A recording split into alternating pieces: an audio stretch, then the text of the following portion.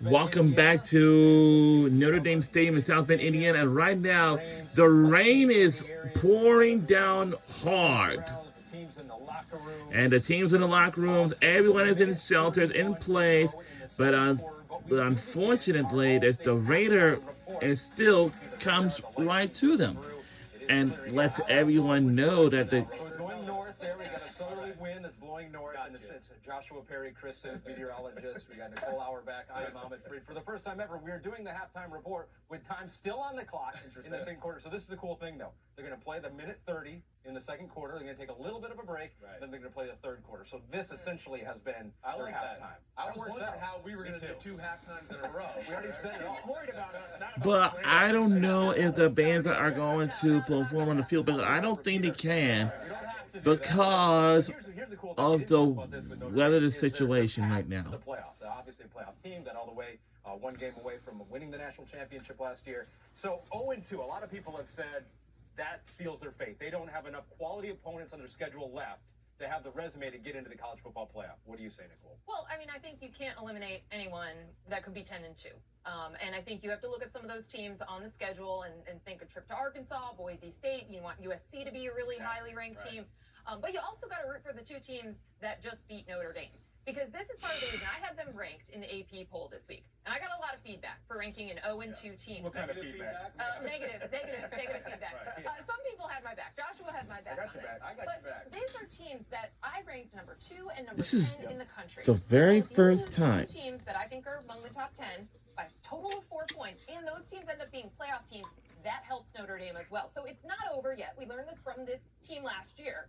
But 10-2, it definitely don't have as much wiggle room. I mean, that's the hard part. The wiggle room certainly disappears, and the idea of what the other teams end up doing to hold up their end of the bargain becomes a question. Like, you watch Arkansas today, and like, you should be rooting for them. Yes. You're hoping that they and now all of a sudden you're getting ready to go on the road. You play a team who's dangerous because they're very skilled, but their record's not that good. If you play them close, you're not going to get credit. You know, I think we should probably keep an eye out on Notre Dame where Temple. they are right now. So they've got to control what they can, but the path does feel very narrow. Yeah, need help. That's the thing as a fan, though. You want to have these teams playing other Power 4 Yes. conference teams and other top teams.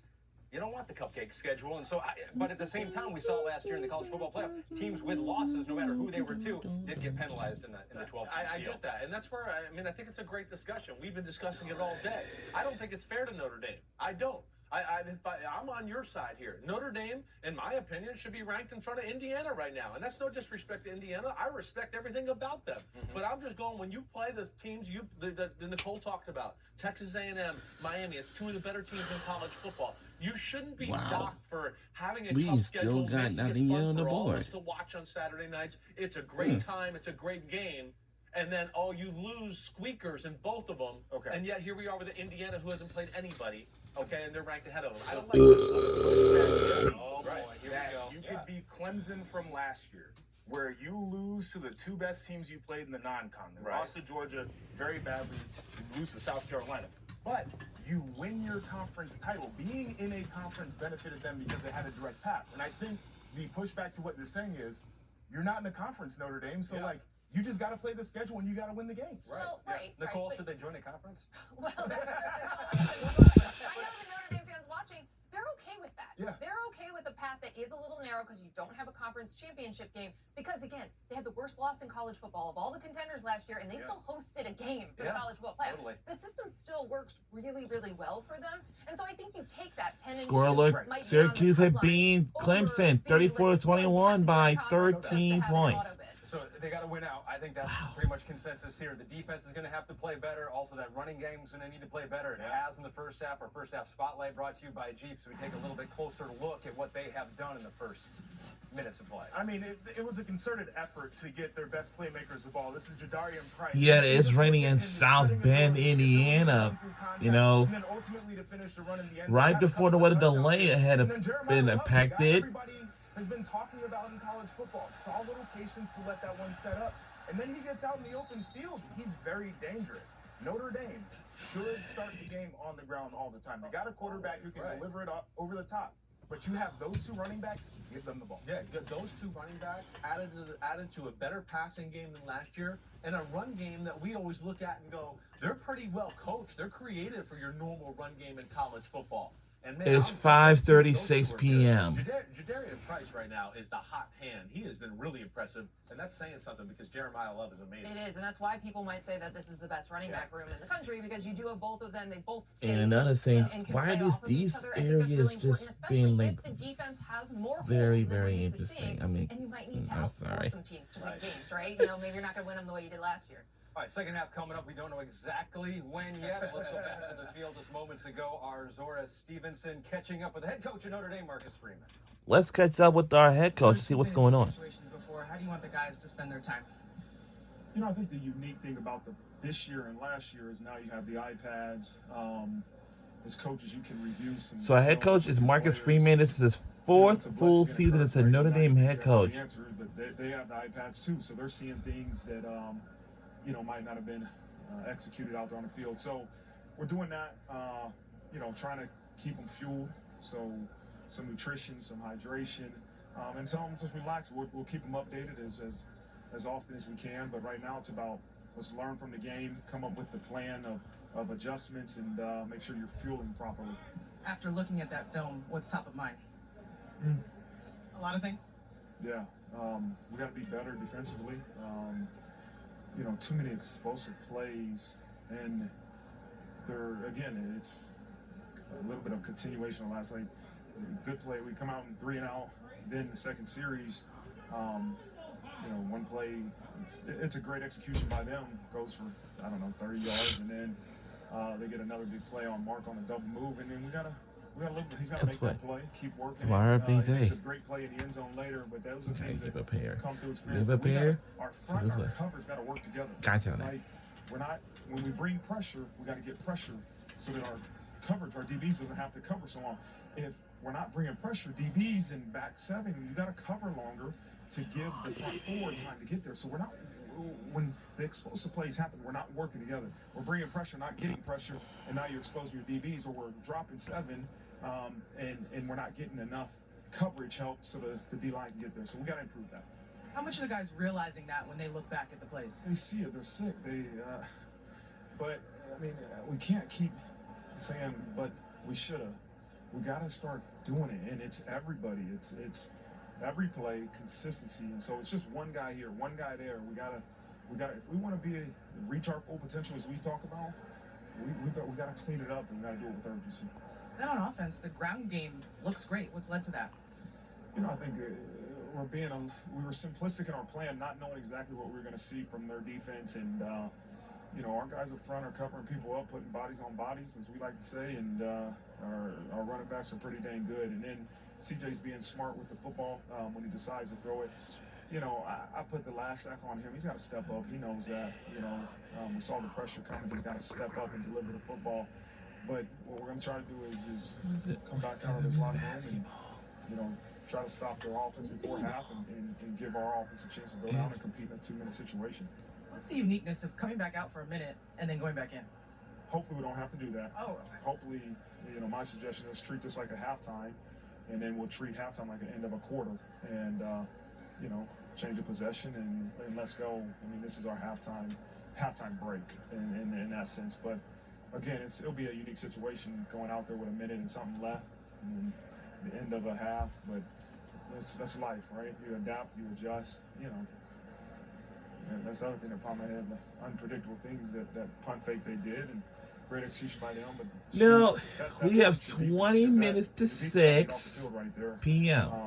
Finally get a third We down got stop. 20 minutes to 6. 6. 3 points, and so, or I don't know if that was 3 or 7, but we can't happen to our You know what? punt return. I don't. Thanks, Coach. All right, thank you. So, yeah. All right, so Marcus So Freeman, as you can see, the rain is still pouring down hard. They are going to come back out on the field, or able to do that, as you see the rain still coming down, lightning in the area, but that is moving away. So while they So wait, right now, Freeman waits, we as wait right well. now, We the continue to lightning update have you on moved games that are away. in progress. In fact, games But have just why finished don't we up. take a First look down, at that Syracuse Syracuse Clemson game? They have just finished the Clemson. No, the Syracuse had beat Clemson by 13 points, 34-21. They gotta play Syracuse. So They gotta root for Syracuse to win these football this games. is the first time Fran did with a team. Who knows? Maybe it was a stroke of genius. where the delays is not good. Dabo not liking life right now. That story will continue. We'll talk about that at some point, I'm sure. But Marcus Freeman talked about some of the defensive problems and issues they've had. He really went into detail right there. What'd you make of what he said? Well, I thought it was very candid in their issues, and it makes a lot of sense to me. So I talked about this earlier in the day. Notre Dame's problem isn't just the secondary. I think a lot of fans have watched and they've seen some of the changes maybe that Chris Ash brought in. They're like, oh, the secondary's not doing a good enough job covering.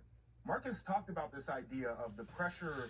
Yeah, I know it's getting a little bit frustrated, but after we concluded in this game, we will go on to Bloomington, Indiana, You got to be able to get home for with that Indiana timing. So Hoosiers I like game. that he's being honest. I'm just curious where he thinks the Women's answer is going to basketball. come. Is it going to be a guy who emerges that can win the matchup, or are they going to have to get more technical with the scheme? Yeah, you can't drop 7 or 8 guys into coverage and then like, oh, there's somebody wide open and we didn't even have a chance to let the pass rush get there. I think that's what he's talking about. They're trying to find their way here. But yeah, they got some new women's people in the basketball, secondary, huh? and their front four can't Well, if just go that's the case, pin their ear back and go they're get not the gonna quarterback impact it. on a regular, consistent basis right now. So they're trying Very to tinker with interesting. blitz and different coverages and finding their new way with life after Al Golden, and it's not that easy. Well, and What's also without that? a bunch of guys that are now in the NFL, right? Like, Yeah. think about Xavier Watson, what he was able to make up for in a race on the back end. So you had it both ways because you got better pass rush, but you also had better individual talents on the back end. So that's where it's like, Joshua, I don't know, like, can they get better throughout the season when it's also personnel may not allow for what you did before? I think you can develop throughout a season. We see it all the time where guys start to emerge. I think they have to find out who those individuals are and try to put them in the best spot possible. Is there a way that you can manipulate a protection, for example, so you can get the one-on-one with your best rusher, give them the best chance to get to the quarterback? That's what they're thinking about right now. And it might be dependent on the game. You gotta feel the game out. Like last week, I felt like they panicked against Texas A&M. For sure. Oh, the quarterback had too much time. Let's start Yeah, blitzing. I But then it think- became the quarterback just one-on-one, throw it up. Oh, slant, he's gone. See you later, right? And that might have been a game where you go, no, let's make him stay in the pocket and read defenses. Where a game like today, maybe it's the opposite. You gotta have, as a head coach, have a feel for what you're seeing in the football field. Well, and he's a former defensive coordinator, and he has said he's going to get more involved in all of this. Right. So what does that look like? And, well, Marcus's mentality too is he wants to challenge everything, right? Like he doesn't want to be the guy who's playing soft coverage and giving easy entry throws and maybe you rally and tackle. He wants everything to be thrown into a window, and sometimes that means you get hit with a double move and the ball goes over your head. So there's a balance to that. Coach to personnel, I mean, they all know this stuff there. It's just, what's your identity going to be as a defense? And I think they're still trying to figure that out. Who knows, maybe the second half of this long break at halftime, they can make a few tweaks here. The rain's still coming down. What's it look in like, South Sommer Bend. Fields? Would you guys be eating in the locker room right now? Oh, yes. I got something Absolutely. early. Yeah. Goldfish. Uncrustable? Yeah. Hot dog. We'll be right back. And yeah.